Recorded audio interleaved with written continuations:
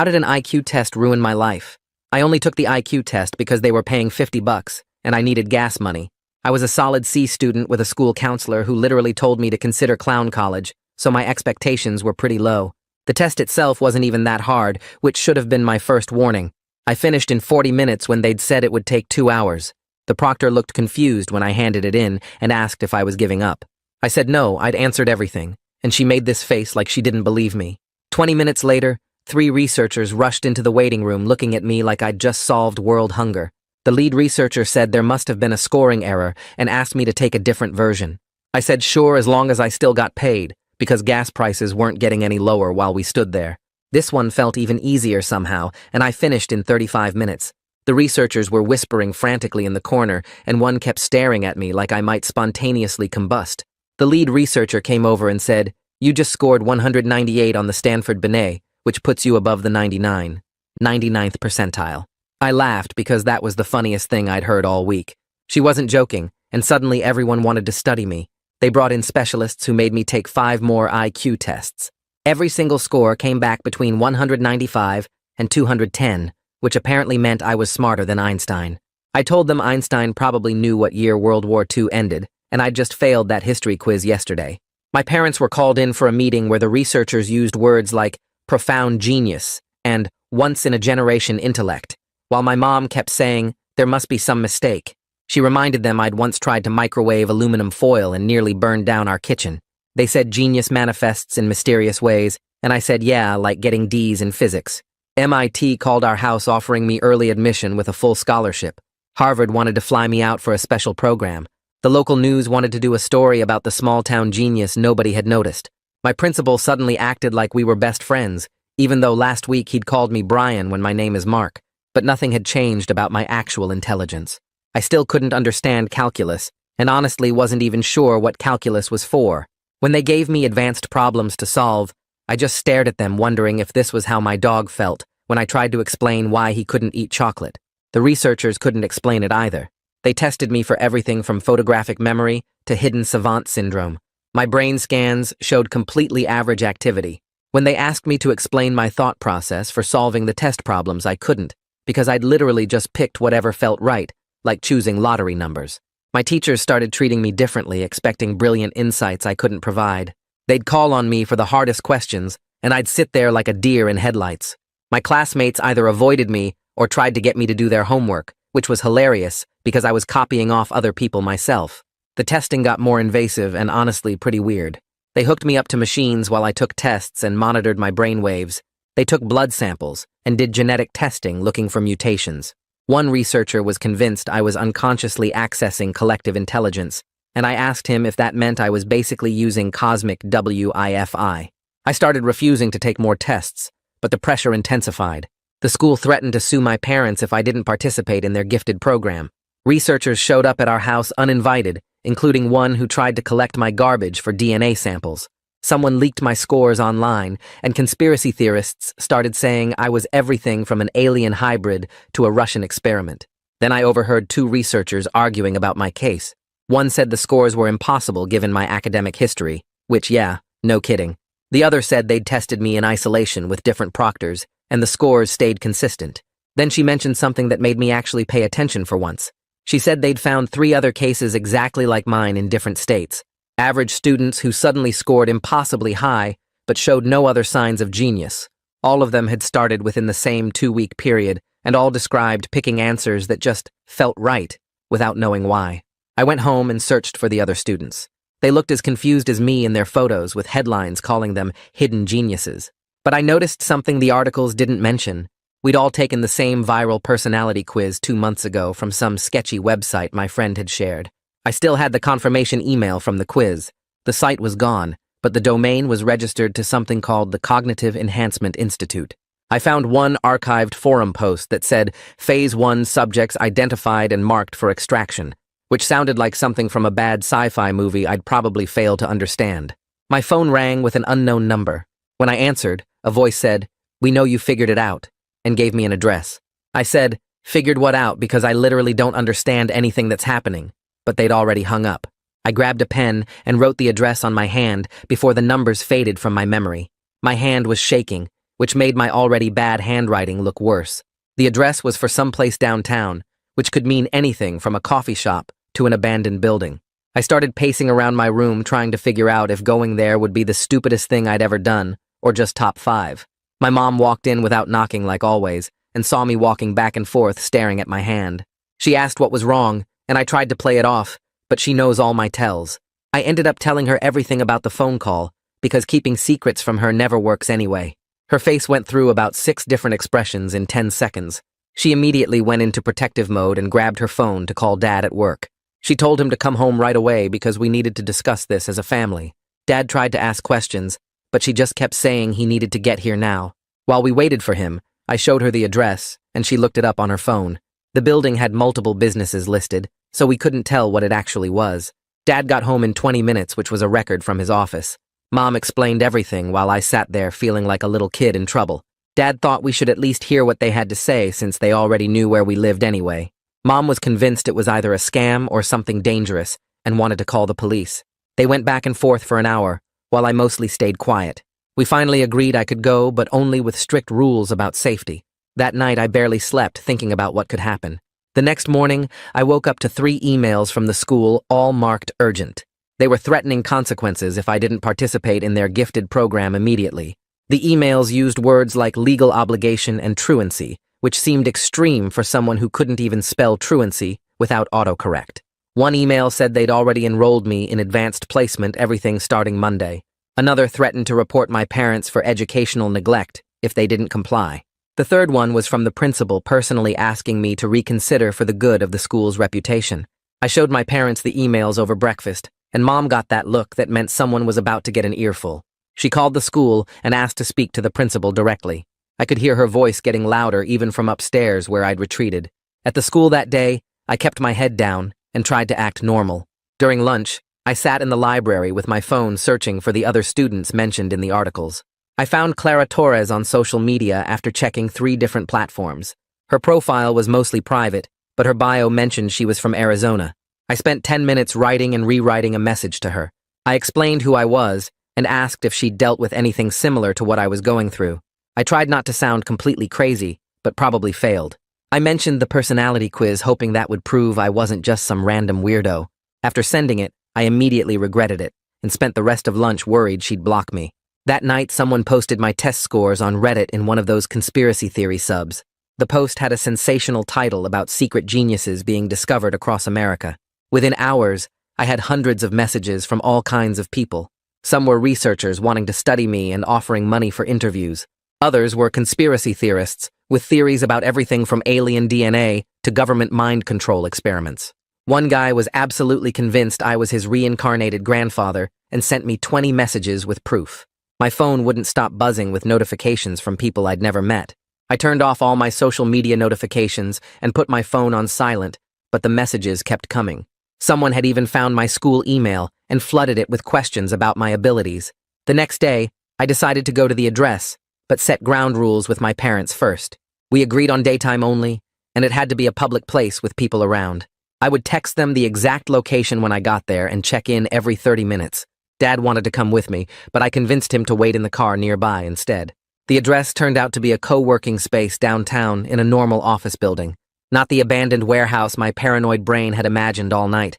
The lobby had security and signs for different businesses, including tech startups and a yoga studio. I texted my parents that it seemed safe and went up to the 3rd floor. The co-working space was full of people on laptops and having meetings in glass rooms. A guy about 30 walked up and introduced himself as Vaughn Lewis. He wasn't the government agent type I'd expected, but looked more like a tired grad student. He showed me his press credentials from a news website I'd actually heard of. He explained he'd been tracking the Cognitive Enhancement Institute for months after getting a tip about their testing programs. We sat at a table in the corner, where he pulled out a folder full of documents. He showed me emails between the institute and testing companies discussing something called cognitive priming protocols. There were charts showing test score patterns that matched mine exactly. He pointed out sections about using preliminary assessments to create favorable testing conditions. He needed someone who took both the quiz and the IQ tests to help prove the connection. He said I was the first person who'd actually responded to his attempts to reach out. I wasn't sure I trusted him completely, but the documents looked real enough. Right then, my phone buzzed with a message notification from Clara Torres. She'd messaged me back confirming she took the same personality quiz about 2 months before her IQ scores spiked.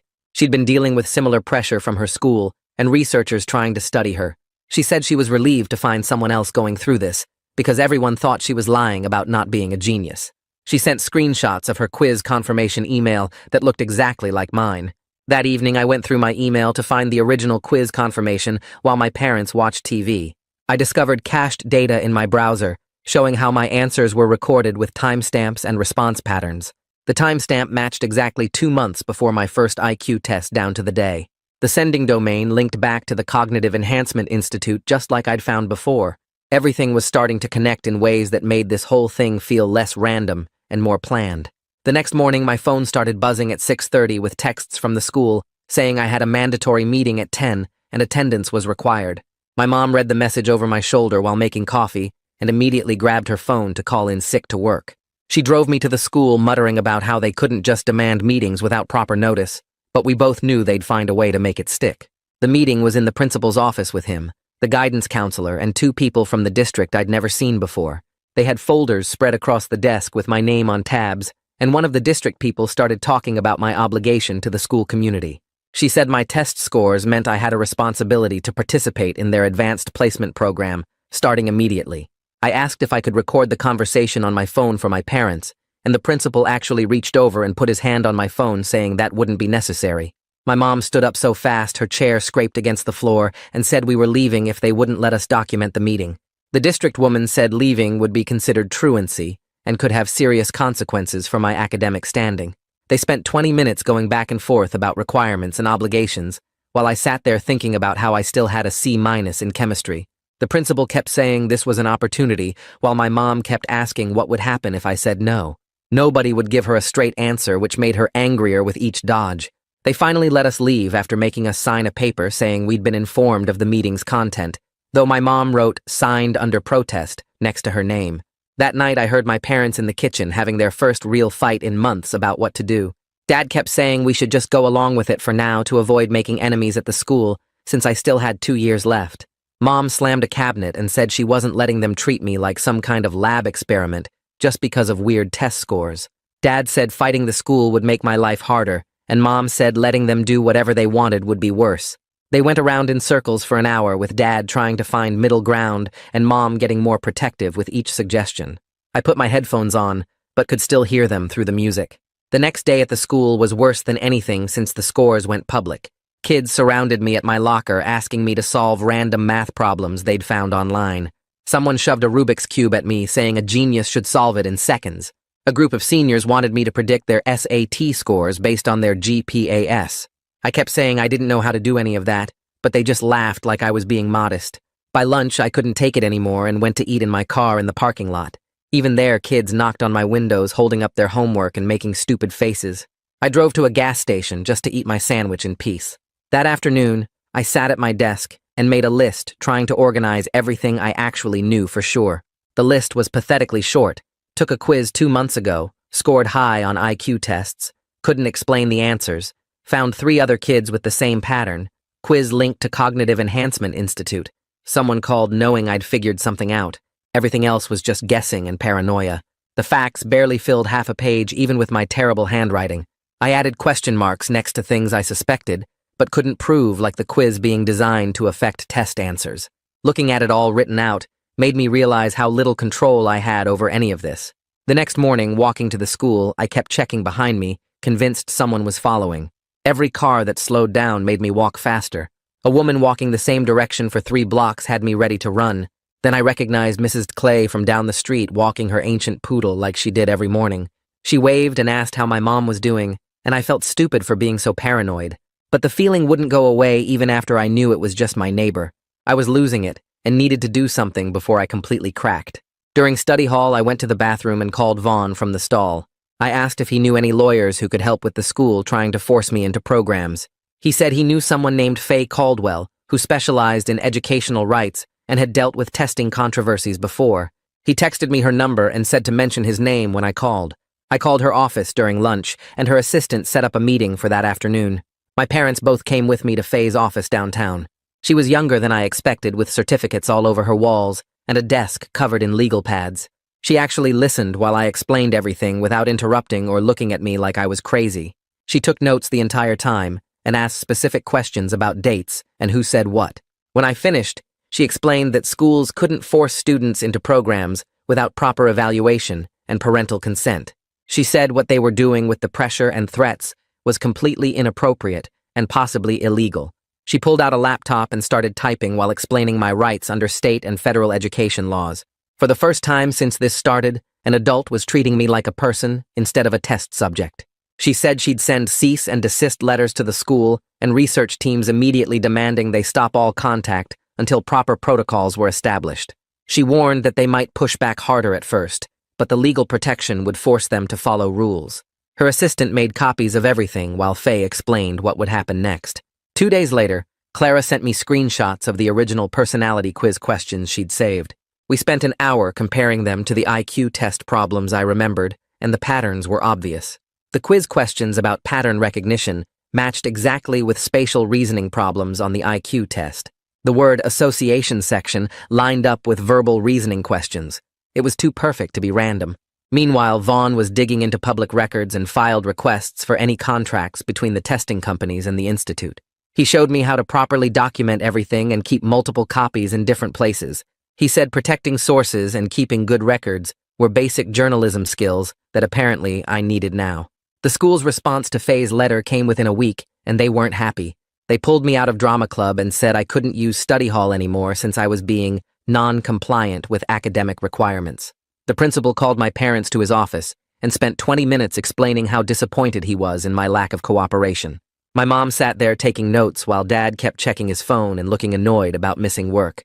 Faye got the news within hours and immediately fired off a complaint to the district, calling their actions discriminatory and retaliatory. Requested Reds is on Spotify now. Check out link in the description or comments. She attached copies of all our previous correspondence and highlighted the parts where they'd threatened us first. The district's legal department got involved, which made everything 10 times more complicated. Meanwhile, the research team reached out through Faye with a new proposal about bringing in someone independent to verify the test results. They wanted to prove the scores were real, but without their direct involvement this time. Faye spent 3 days going back and forth with them about what tests could be used and who would control the data. She made them agree that we'd have full ownership of any results and could decide how they got used. They finally agreed to her terms and suggested a psychometrician named Isabella Rock, who had no connection to their team or the institute. We met Isabella at a neutral testing center downtown that looked like every boring office building ever. She was younger than I expected, with curly hair and glasses that kept sliding down her nose. She actually seemed interested in understanding what happened, rather than proving I was some secret genius. She asked me questions about my school performance and seemed to believe me when I said I was just average. My parents came to the testing session along with Faye, who sat in the corner taking notes on everything. Isabella explained she'd be using completely different materials that couldn't have been compromised or connected to the previous tests. The test took 2 hours and felt nothing like those earlier ones where answers just seemed right somehow. I struggled through every section the way I normally did on tests at the school. I kept second-guessing myself and changing answers, which I never did on those weird IQ tests before. When I finished, Isabella said the results would take a few days to process properly. 3 days later, we got the call to come review the results at her office. The scores were exactly what I'd expected all along, completely average for a high school student. My IQ came back at 102, which put me right in the middle of normal range. Isabella showed us the detailed breakdown, and every section matched my actual academic performance perfectly. For the first time in weeks, I felt like I could breathe normally again. Isabella spent another hour going through the original test results, looking for what she called contamination patterns in the data. She pointed out irregularities in the scoring that suggested external factors influenced the results rather than actual ability. She was careful with her words, but clearly thought something fishy had happened with those first tests. She showed us statistical models that demonstrated how certain answer patterns could create false high scores. That same week, Vaughn called me excited about something he'd received from an anonymous source at the institute. Someone had sent him part of an internal presentation about Phase 1 optimization protocols that referenced using preliminary assessments to create favorable testing conditions. The documents were heavily redacted but showed they'd been studying ways to manipulate test outcomes. He was working on verifying the authenticity, but said this could be the smoking gun we needed. 2 days later, I got an encrypted email from someone calling himself Hugh Neff, who claimed to have insider knowledge about the Institute's methods. He wanted to meet at the public library, but had all these weird requirements about security precautions. He said to come alone and sit in the third-floor reference section at exactly 2 p.m. on Tuesday. He'd approach only if he was sure nobody had followed me, which sounded completely paranoid. I showed the email to Vaughn, who said whistleblowers often acted this way when they were scared of retaliation. Tuesday came, and I spent 10 minutes pretending to look at encyclopedias in the reference section, feeling ridiculous. Hugh showed up looking nothing like I expected, just a normal guy in khakis and a polo shirt. He sat down at my table and immediately pulled out a folder full of printed documents and spreadsheets. He explained in a quiet voice that the personality quiz contained specific priming sequences designed to activate pattern recognition in later tests. He showed me code snippets and flowcharts that mapped exactly how the quiz questions prepared people's brains for the IQ test patterns. Then he explained the real kicker, which was a scoring bug in the speed normalization algorithm that could massively inflate scores for people who answered quickly without thinking. He said the Institute knew about the bug, but kept using it because it gave them the results they wanted. The documents showed how answering fast without deliberation could trigger score multipliers that turned average performance into genius-level results. He left me copies of everything and disappeared as quickly as he'd arrived. That night, I couldn't sleep and just lay in bed staring at the ceiling thinking about everything. Part of me had wanted to be special, even though I knew deep down I wasn't. The shame of falling for their manipulation mixed with anger at being used as some kind of experiment. I realized I'd been letting everyone else control this situation while I just went along with whatever happened. It was time to stop being passive and actually do something about this mess. The next morning, Faye showed up at our house with 3 external hard drives and a stack of folders. She made copies of everything we had, including Hugh's documents and the quiz emails and the test results. She uploaded files to secure cloud storage and gave my parents passwords written on paper she said to keep in a safety deposit box. She told us she'd seen too many cases where evidence just disappeared when schools got nervous about lawsuits. While she was organizing everything, the school board sent another letter that arrived by certified mail. They were threatening truancy charges if I kept refusing their gifted program, even though Isabella's tests showed I was completely average. The letter used legal language about mandatory attendance and educational requirements that made my mom's hands shake as she read it. Faye grabbed the letter and immediately started typing on her laptop, drafting an injunction response. She filed it electronically that afternoon, and within 2 hours the district's lawyers were calling her office. The situation was getting way more complicated, with lawyers arguing about jurisdiction and standing and other stuff I didn't understand. That evening, Clara texted me a screenshot of an email she'd gotten from the Institute. They were offering her $20,000 to sign an NDA about her testing experience. The email said the money was for her participation in their research, but the attached document was all about not discussing anything publicly. She'd gotten the same weird high scores I had, and now they wanted to buy her silence.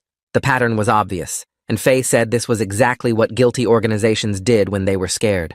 Meanwhile, Isabella was working on something she said would prove Hugh's claims scientifically. She spent 3 days running computer simulations using the scoring algorithm Hugh had described in his documents. She created virtual test takers who answered quickly without thinking, just like we had done. Her models produced scores between 195 and 210, exactly matching what had happened to us. She showed us graphs and charts demonstrating how the bug multiplied scores when someone answered fast without deliberation. The scientific backing made Hugh's whistleblower claims impossible to dismiss as conspiracy theories. Vaughn called that night with his own discovery that connected even more dots. He'd been digging through corporate records and found a partnership memo between the Institute and the test publisher. The memo was dated 6 months before any of us took those IQ tests. It outlined plans for the Institute to use test data to validate their theories about intelligence enhancement. The conflict of interest was right there in black and white, showing they'd rigged the whole system. That weekend, my family sat around the kitchen table for hours, discussing what to do next. Mom kept bringing up concerns about retaliation and what might happen if we went public with everything. Dad worried about my future and whether colleges would hold this against me somehow. But we all agreed that other families deserved to know what had really happened with these tests. We decided to let Vaughn publish his article, but with careful limits on what we'd share. Faye came over again to help us prepare for the media attention that would follow. She made us practice answering questions without speculating about motives or making accusations we couldn't prove. We would stick to facts only and let people draw their own conclusions about the Institute's behavior. She gave us a list of phrases to use and ones to avoid when talking to reporters. Vaughn's article went live on Tuesday morning using me as a protected source with a fake name. Anyone at my school could figure out it was me, but at least my name wasn't in print. The article focused on the testing irregularities and included Isabella's data about the scoring bug. He quoted Hugh's documents and mentioned the partnership memo without making direct accusations. Within hours, the article was shared thousands of times on social media. My phone started buzzing with notifications as people found my real social media accounts despite the fake name. Some comments supported us and thanked us for exposing the truth about the tests. Others claimed we were just making excuses because we weren't actually smart enough to maintain those scores. People called us liars and attention seekers and said we were jealous of real geniuses. I spent an hour reading comments before remembering Faye's advice about not engaging with trolls online. I turned on every blocking feature I could find and stopped checking the comments completely. The Institute released their own statement that afternoon trying to control the narrative. They blamed our unusual scores on what they called a rare savant phenomenon that sometimes occurred in testing. They claimed our cases were being studied to better understand these anomalies in human intelligence. Their PR team was clearly working overtime, sending the statement to every news outlet that had covered the story. They tried to discredit our evidence by saying we misunderstood complex psychometric principles. But more people were starting to ask questions about their methods and why multiple students had identical experiences. Reporters were calling the Institute demanding answers about the partnership memo and the scoring algorithm. The story was getting bigger than any of us expected, and the Institute's weak explanations weren't convincing anyone. Hugh called me that night sounding really stressed and asked if we could meet at the coffee shop near campus. When I got there, he was sitting in the corner booth with 3 empty coffee cups already on the table and his laptop open showing lines of code I couldn't understand. He kept rubbing his face and looking around like someone might be watching us, even though the place was mostly empty, except for college kids studying. He told me he'd been thinking about everything nonstop since our library meeting and couldn't sleep knowing what the Institute had done to us. His whole career was built on test development, and if he went public with what he knew, he'd never work in the field again. But he also said watching us fight this thing while he sat on evidence made him feel worse than losing his job ever could. He showed me more internal emails on his laptop, including one where his supervisor explicitly told the team to ignore concerns about the scoring algorithm because fixing it would delay the product launch. I asked what he wanted to do, and he just stared at his coffee for a long time before saying he needed to think about it more. 2 days later, Faye got a call from the state education department saying they were opening an official inquiry into the testing practices after getting complaints from multiple families. She came over that afternoon with boxes of organized documents and helped us understand what information they needed and how to submit everything properly through the official channels. Mom spent hours making copies while Dad labeled everything according to Faye's system so the investigators could easily find what they needed. The department wanted all our test results, the correspondence with researchers, documentation of the school's threats, and any evidence about the connection to the personality quiz. Faye made sure we kept originals of everything and only sent certified copies, so nothing could mysteriously disappear from their files. That same week, Clara texted me a link to the test publisher's website, where they'd posted something called a routine scoring update in tiny text at the bottom of their support page. The update fixed the exact speed normalization bug Hugh had described down to the specific code variables he'd shown us. They claimed it was part of regular maintenance and completely unrelated to any ongoing cases, but the timing was way too perfect to be random. Clara had already screenshot everything before they could delete it and sent copies to Vaughn and Faye for our records. She was getting really good at documenting stuff after everything we'd been through. Clara also started reaching out to the other affected students she'd found through social media and news articles. Within a week, she had 5 of us in a group chat, comparing our experiences and realizing how similar everything was, from the personality quiz, to the testing, to the pressure from our schools. She suggested we create a joint statement that all of us could sign, explaining what happened and how the pattern was too consistent to be coincidence. Everyone agreed, because having multiple voices made it way harder for the Institute to dismiss us as isolated cases or claim we were just looking for attention. We spent 3 nights on video calls drafting the statement with Clara, taking notes, and making sure everyone's experience was included accurately. Meanwhile, several researchers from the original team started sending me private messages through various platforms, apologizing for what happened. They all said basically the same thing about how they'd had concerns, but were pressured by their supervisors to continue the testing program. One researcher wrote this long email about how she knew something was wrong when my scores stayed so high, despite my obvious confusion during the cognitive assessments. Another one said he'd tried to raise concerns in team meetings, but was told to focus on data collection, not interpretation.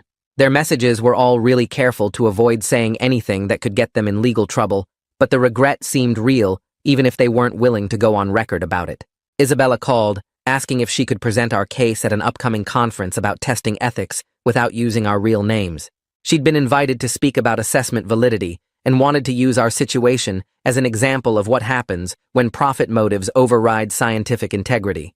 We had a family meeting about it and decided to give permission because having respected professionals discussing this might prevent other kids from going through the same thing. She promised to focus on the technical aspects and patterns rather than personal details that could identify us. At the school, most kids still treated me weird, like I was either a fraud or some kind of failed experiment. But during lunch, my friend Jake came up and quietly said he was proud of me for standing up to the system.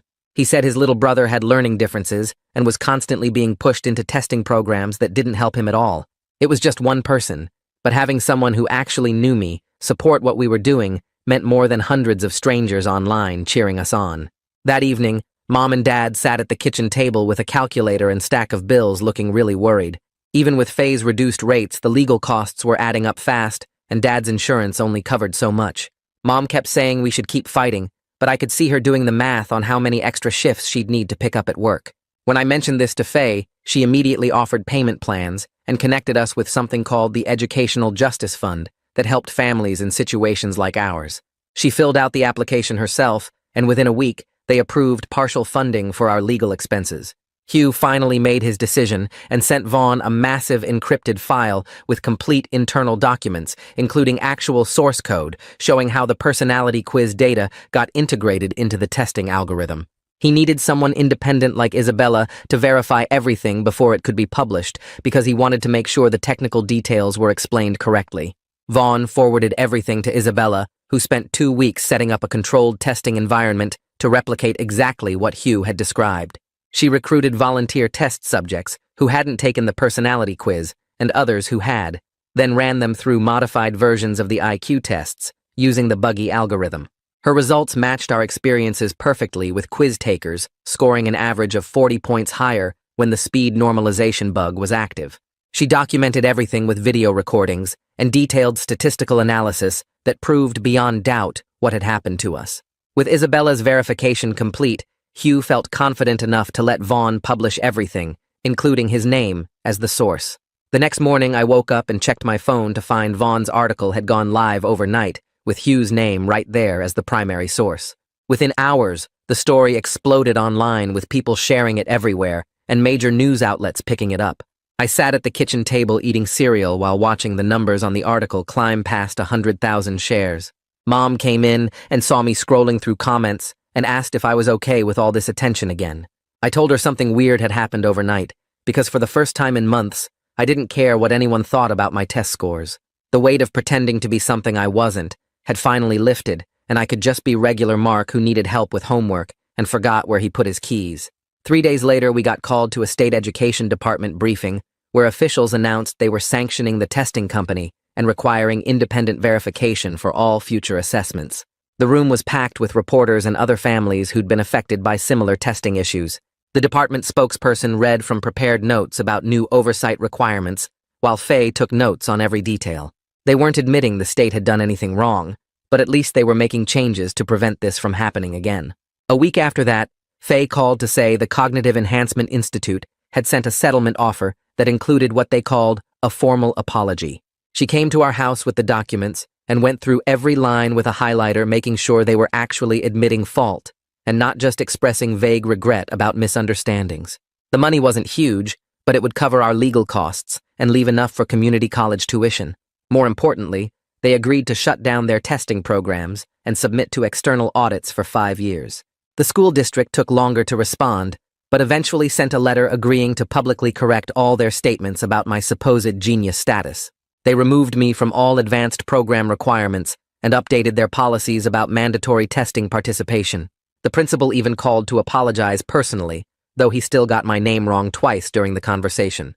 Isabella arranged for me to take one final test under completely controlled conditions, with no connection to any previous testing materials. I sat in a plain room with a standard test booklet and answered questions the normal way, without any weird feelings or mysterious intuition. When the results came back, showing I was exactly average academically, Isabella wrote an official report confirming everything we'd been saying about the manipulation. She sent copies to every organization involved and posted her findings publicly so nobody could claim we were making excuses. The media coverage started shifting away from us personally to investigating the broader testing scandal, with reporters digging into other companies using similar methods. Online trolls still popped up claiming we were part of some conspiracy, but I'd learned to laugh at their theories about alien DNA and government mind control programs. Clara messaged me one afternoon with huge news that Vaughn had recommended her for a journalism internship at his paper. She'd written a sample article about her experience with the testing, and they loved her perspective as someone who'd lived through it. Seeing her turn this mess into an actual opportunity made our whole group feel like we were winning in small ways that mattered. Hugh sent an email saying he'd accepted a position with a non-profit focused on testing ethics and accountability. He'd basically destroyed his old career by going public, but found new purpose in making sure nobody else got manipulated like we did. He was already working on proposals for federal oversight of intelligence testing and consulting with lawmakers about closing the loopholes that let this happen. Vaughn's investigative series ended up winning 3 regional journalism awards and got nominated for a national prize in education reporting. At the awards ceremony, he made sure to credit all of us as sources and thanked us for trusting him with our story. The recognition kept pressure on officials to actually follow through with reforms instead of letting everything quietly fade away. Back at home, things slowly returned to something like normal, though we were all tired of talking about IQ tests and genius scores. Dad started helping me look at community colleges with automotive programs since I'd always been good with my hands, even if I couldn't understand calculus. Mom stopped stressing about my grades so much and focused on making sure I was actually learning useful skills. We had family dinners where nobody mentioned test scores or college admissions or anything related to intelligence. My younger sister joked that she was never taking any online quiz ever again after seeing what happened to me. The settlement money came through just in time for spring semester registration at the local community college. I signed up for basic requirements and an intro automotive class that actually seemed interesting. The advisor didn't care about my IQ scores and just wanted to make sure I understood the attendance policy and homework requirements. Walking around campus felt normal in a way that high school hadn't been for months, with nobody staring at me or expecting me to solve impossible problems. Some kids from my high school were there too, and we naturally fell back into our old dynamics of copying homework and complaining about teachers. One girl from my English class said she was glad everything worked out and that she'd never believed I was secretly a genius anyway, because she'd seen my spelling tests. It was the most honest thing anyone had said to me in months, and I actually appreciated it. The school board meeting happened 3 weeks later, where they voted on new testing rules after our case made them look bad. They passed requirements for written consent forms and independent oversight for any IQ or intelligence testing programs. The policy said no student could be pressured into advanced programs based solely on test scores anymore. Dad sat with me in the back row watching them vote unanimously while reporters took notes. My old principal avoided eye contact when he had to read the new guidelines out loud. The next morning, I drove to the community college to meet with an advisor about actual classes I could handle. She pulled up my real transcript with all those C's and D's, and we talked about basic requirements first. She suggested starting with general education classes and maybe exploring the automotive program since I mentioned liking cars. The meeting felt good because she treated my actual grades as normal instead of some huge disappointment. Nobody mentioned genius scores or wasted potential, which was exactly what I needed to hear. 2 days later, an email popped up from one of the original researchers who'd tested me. She wrote that she knew something was wrong when my academic records didn't match the scores, but stayed quiet. She said she was sorry for not speaking up and understood if I didn't want to respond. I typed back that I appreciated the apology, but didn't really have much else to say to her. The conversation stayed short and awkward, which seemed right for what had happened between us. Faye called that afternoon to say the settlement paperwork was ready for signatures. The amount wasn't huge, but would cover her legal fees, plus leave enough for community college and a decent used car.